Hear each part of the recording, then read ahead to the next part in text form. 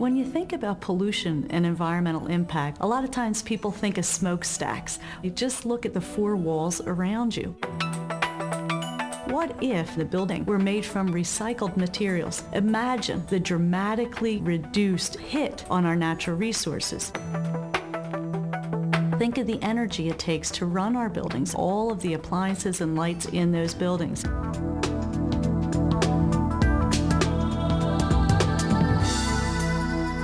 If we can reduce that impact, that's one of the best things we can do for all the people we share this planet with.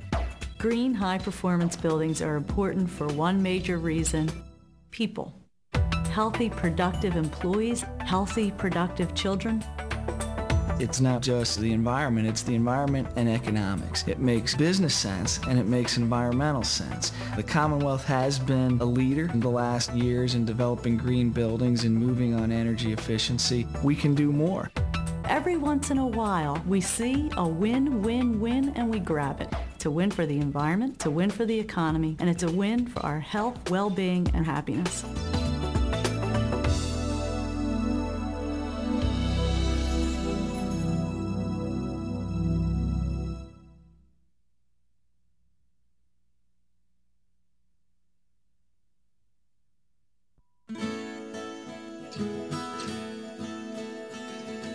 You don't just have environmentalists shaking their fist at industrialists anymore. The fact is, millions of Pennsylvanians care about the environment in their work lives, at home, in clubs, and in environmental groups, civic groups of all kinds.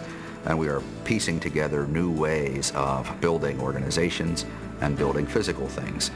That's what this building is really all about.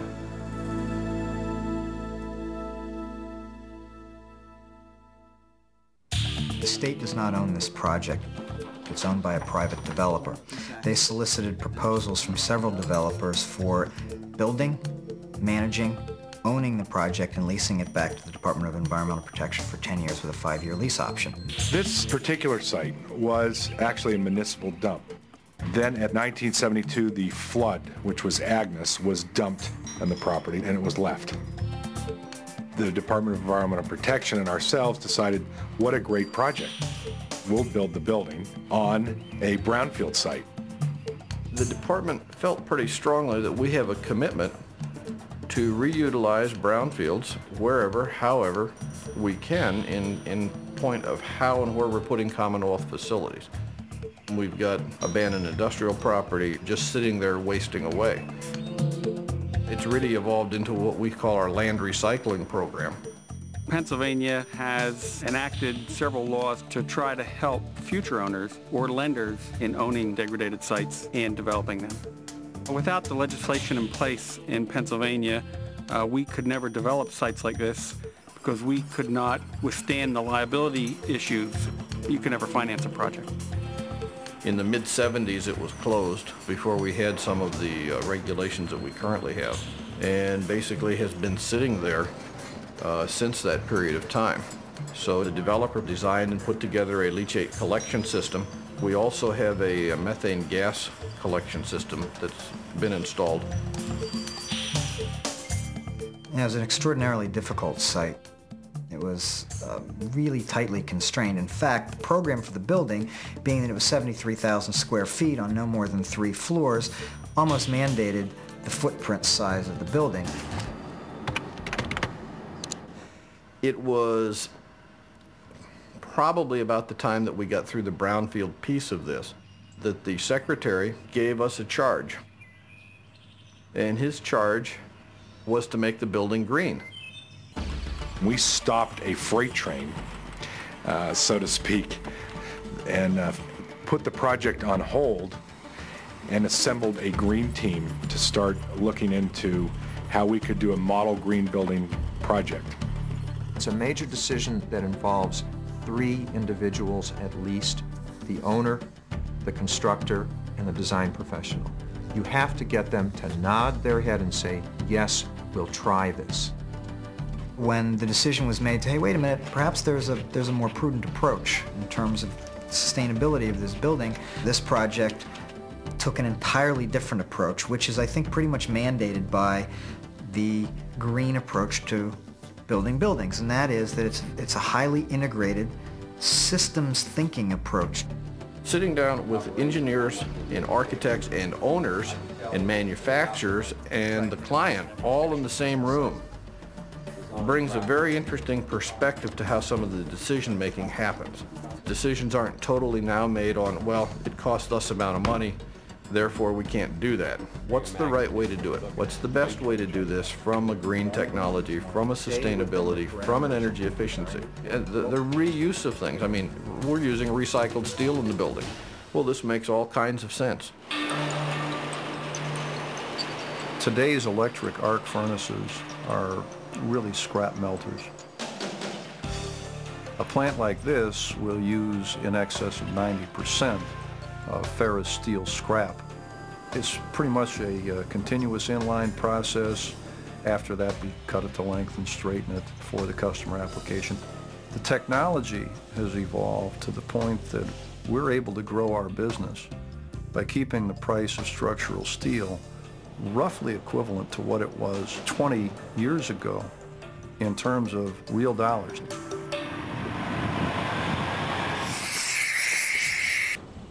With the green technology, the operating expenses through utility costs are significantly less, but that savings is realized over a period of time.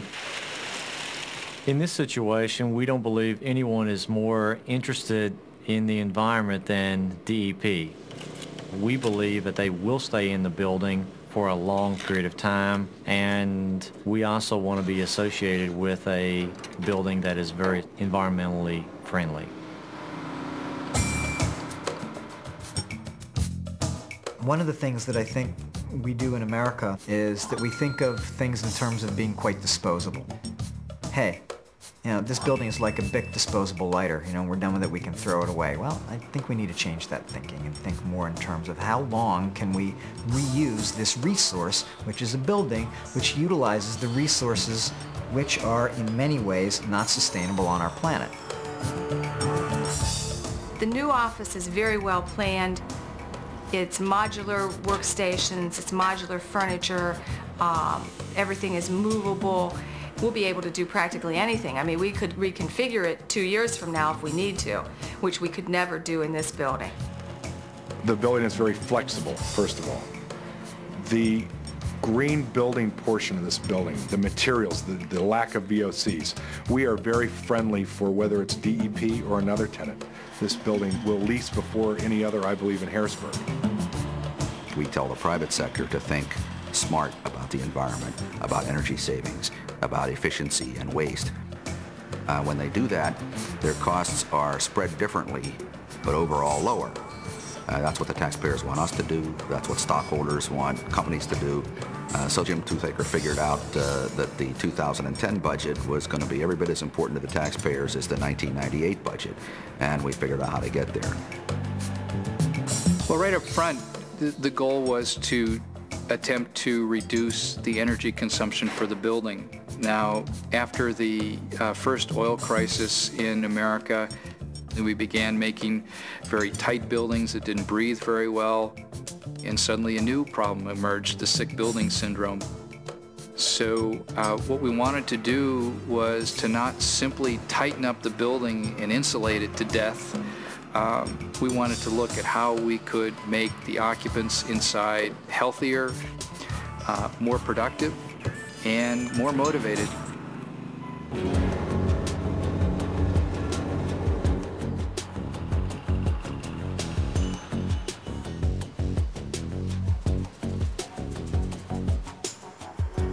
The primary paradigm shift is that instead of supplying air from the ceiling through ductwork and diffusers, that the raised floor system, which creates the ability to run all of our electrical, voice, and data power to each of these workstations, also becomes a supply air plenum for the building.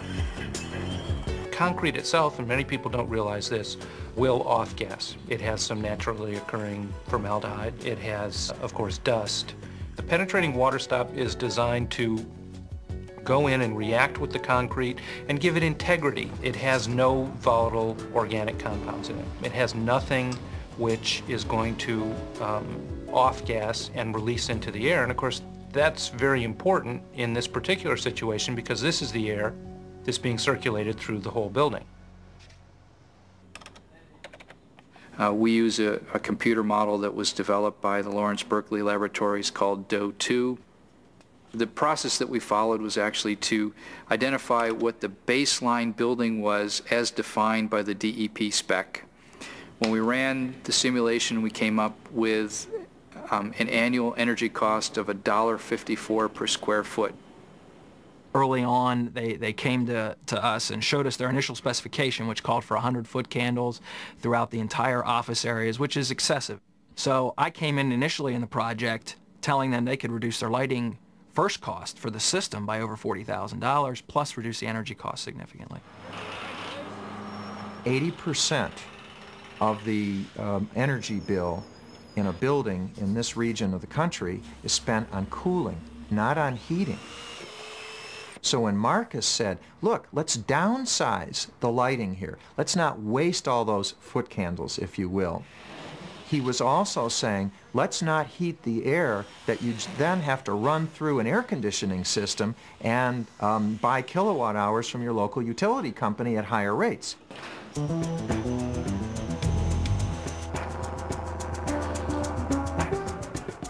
The windows that are used in the project are 1-inch insulating glass, which means that there's an inch airspace between two sheets of glass, with a low emissivity, low E coating, which reflects back some of the solar radiation that would otherwise enter the space.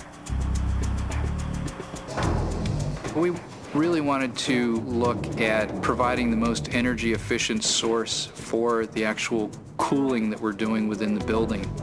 We began investigating gas absorption cooling technology. It has no compressors, it has no refrigerants. Environmentally, it's very benign type of technology. The electricity consumption on an absorber is very low. Water is the refrigerant. There are no CFCs involved, HFCs or HCFCs in this type of chiller.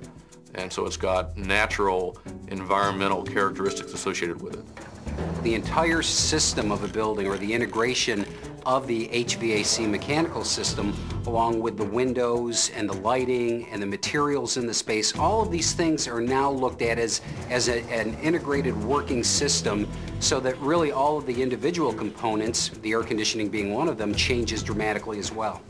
For those of you that ever buy Japanese rice crackers and you find that little white bag in the package that says "do not eat," that's actually a desiccant material to absorb the moisture and keep the crackers crisp.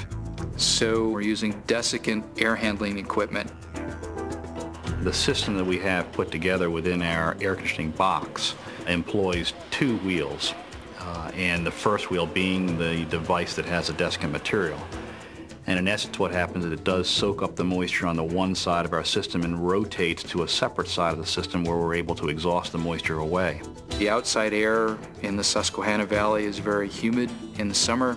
It blows across that wheel and all the moisture is absorbed out of the air, so that what you have is a very dry air that's coming in before it gets to the air conditioning equipment. So we've reduced approximately 25 tons of cooling by incorporating desiccant air handlers into the building. I just got a letter. The landlord has been extremely helpful in the cost containment parts of this. We have cut our energy consumption costs from $1.54 a square foot, which is where they were pegged on the original deal, to 74 cents a square foot. That's a major cutback, so we're pretty impressed with that. You need to get those here. Is there anything holding up Sponego from putting that line in? Well, I was convinced that through the DOE2 model, which was done by Carnegie Mellon, that this building would be more efficient than any other building we had ever built.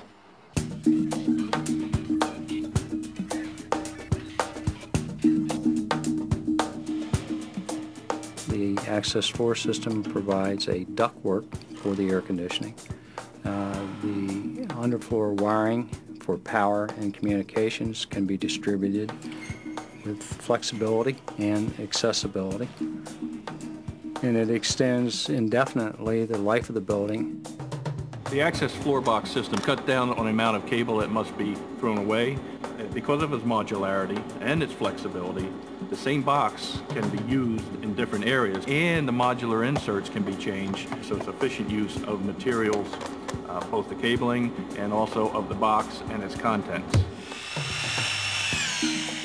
We install our diffusers into the raised access floor panels. It becomes an integral component of the raised access floor. And that is really used as a metering device to meter air from the pressurized plenum into the occupied space. Every person in each of their workstations has their own Kronz diffuser. They can adjust the amount of air entering their space, therefore mitigating the single most heard complaint in American buildings, and that is I'm either too hot or I'm too cold. The next thing is, since you're not having diffusers in the ceiling, you can now use an indirect lighting system. Bounce light off the ceiling and back down to the work surface. What that immediately does is it entirely eliminates glare on computer screens because you don't have any direct hot light source. On a study that was taken a couple years ago, the number 2 concern over workers today in the workplace was the quality of lighting. Our product on a per square foot basis is marginally more expensive than a traditional method of lighting a space. So that's a critical part of the equation, is to reduce the labor involved in the installation and as well provide energy savings and in addition reduce maintenance. We are working with Armstrong World Industries, and they have a very new ceiling tile product out, so we're getting actually a 90% reflectance off the ceiling tile as opposed to the traditional 80%. So you increase the reflection of the ceiling, you can reduce again the wattage of the lighting that's put in there. We were trying to solve more than just one problem. We wanted to be durable, so we had sustainable design. 79% of that product is from recycled materials. Mineral fiber being the most prevalent, and mineral fiber is the waste from the steelmaking process. Reclaimed newspaper, might be even your phone book. Then we have starch, which is a binder, perlite, and then clay. And those together form a mineral fiber ceiling that has acoustic properties, fire-rated properties, and light reflectance properties. The flexibility that the underfloor air system and modular wiring system allow is that in-house engineers and maintenance people can change the office and workspace very easily. That cost maybe around $70 a workstation, whereas a traditional office space can cost as high as $300 a move. Pennsylvania has been one of the leaders in terms of recycling and these types of things in the country. And we've done an awful lot of good things in terms of cutting down on the amount of stuff going to landfills. Paying attention to carpeting so that you don't wind up landfilling it when you're done. These are all common sense kinds of things, but things that we don't think about every day in many cases or haven't always thought about every day. Today, we're the largest producer in the world of carpet tiles. Broadloom carpets, textiles, chemicals, architectural flooring, all of those focused on this commercial marketplace. In 1994, our customers were asking us what we were doing about the environment, what we were doing to help the environment, and we didn't have good answers. Really, my company, I, were part of the problem.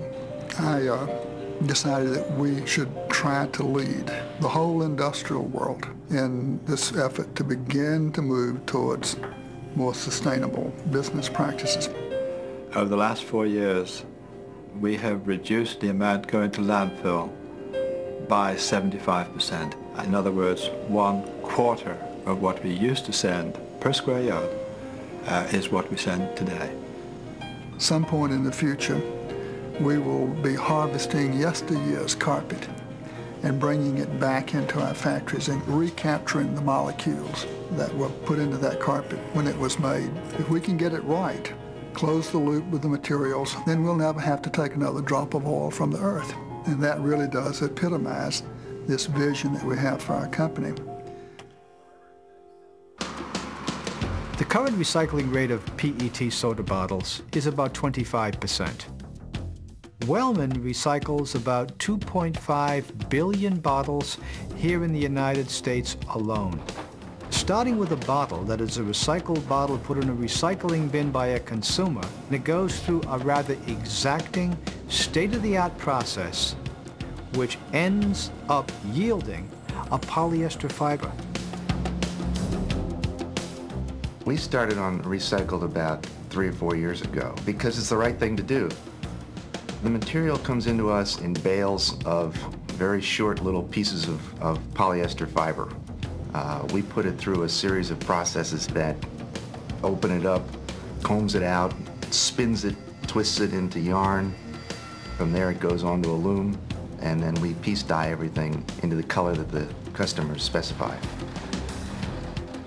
The new addition we put on the plant last year is day-lit.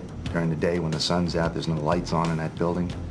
We installed a new dye machine that uses about 40% less water than we used previously. Everything that we do now is looking towards the reduction of use of non-renewable resources.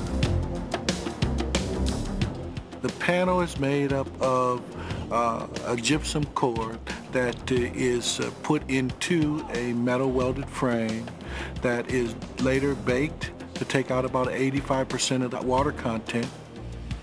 We apply the 100% recycled fabric, and from that point the hardware will be applied. Our role in supporting this intelligent building is that our furniture allows for the greatest amount of flexibility. It does that in a very environmentally friendly approach because the product that we use in our panel is 100% biodegradable.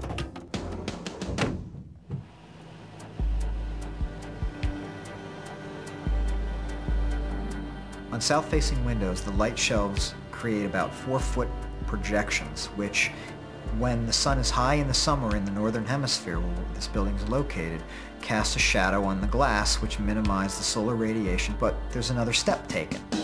We actually raise the window above the light shelf as well, so that the sun's light bounces off the top of the shelf, through the glass, now off this high reflective ceiling tile that we've talked about, and allows natural light to penetrate deeper into the building.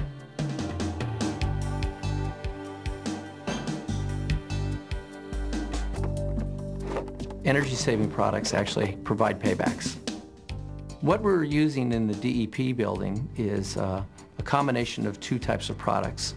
One of them is a power strip that has a sensor that's actually controlling loads connected to the power strip.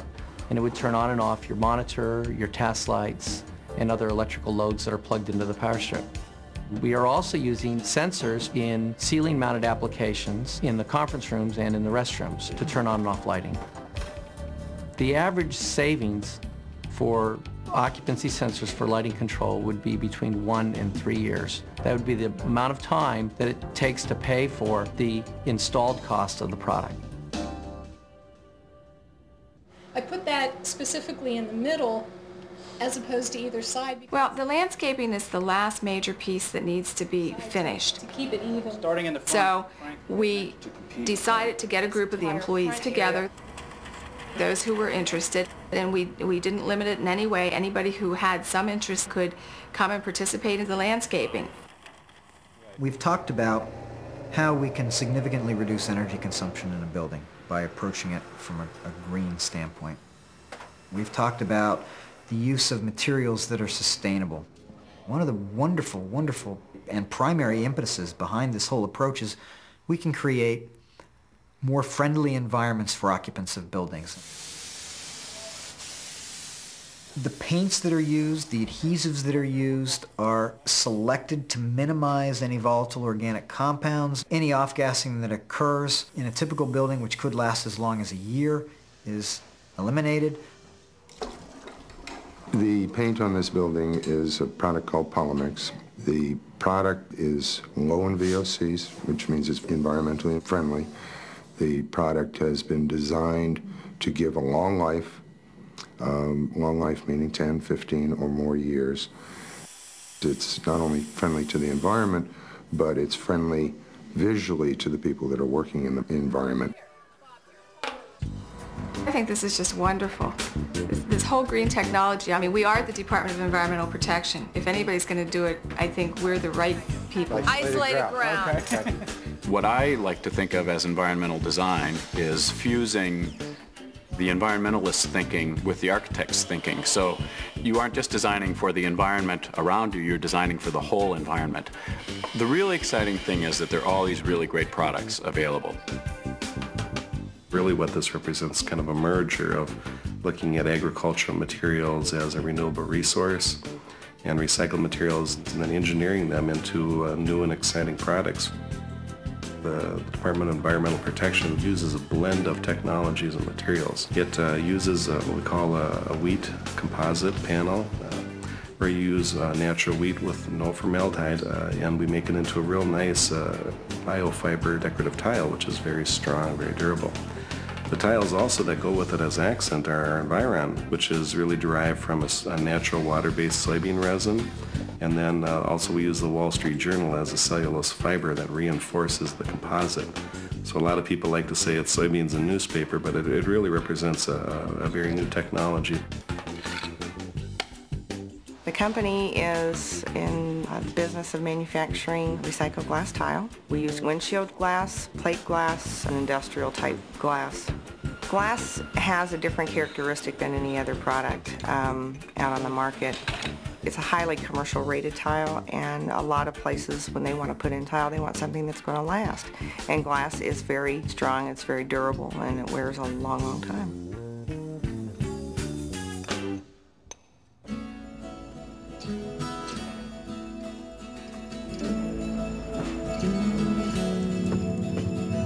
We see this as a wave of the future. We see that brownfield sites will be a wave of the future. We think green building technology will do the same thing. None of this is rocket science. It's actually pretty much common sense. It's about making buildings smarter.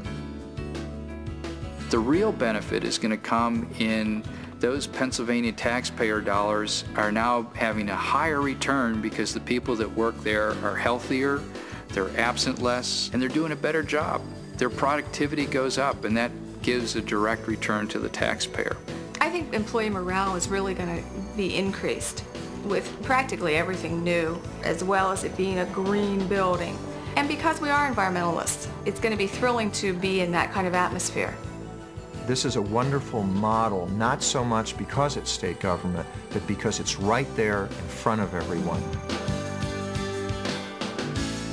I think the time for green buildings has come. The fact that the government has taken a role or a lead in this kind of activity will soon drive it down into other arenas. It's made a profound set of impacts on me as an individual in terms of what I'm going to be doing career-wise and work-wise in some of these things, because I'm in the right place right now to really be pushing at it, and we're going to. We've already opened another set of proposals for a green building, another one. Key was a team approach to this unique and precedent-setting facility, environmental protections, South Central Regional Office Building. The fact is, leadership does come from real government, and I think we have a leadership role to show private sector people that they're on the right track when they're doing this, or if they're not, maybe this is a track they ought to think about for their own economic and competitive efficiency and for the greenness of the Commonwealth.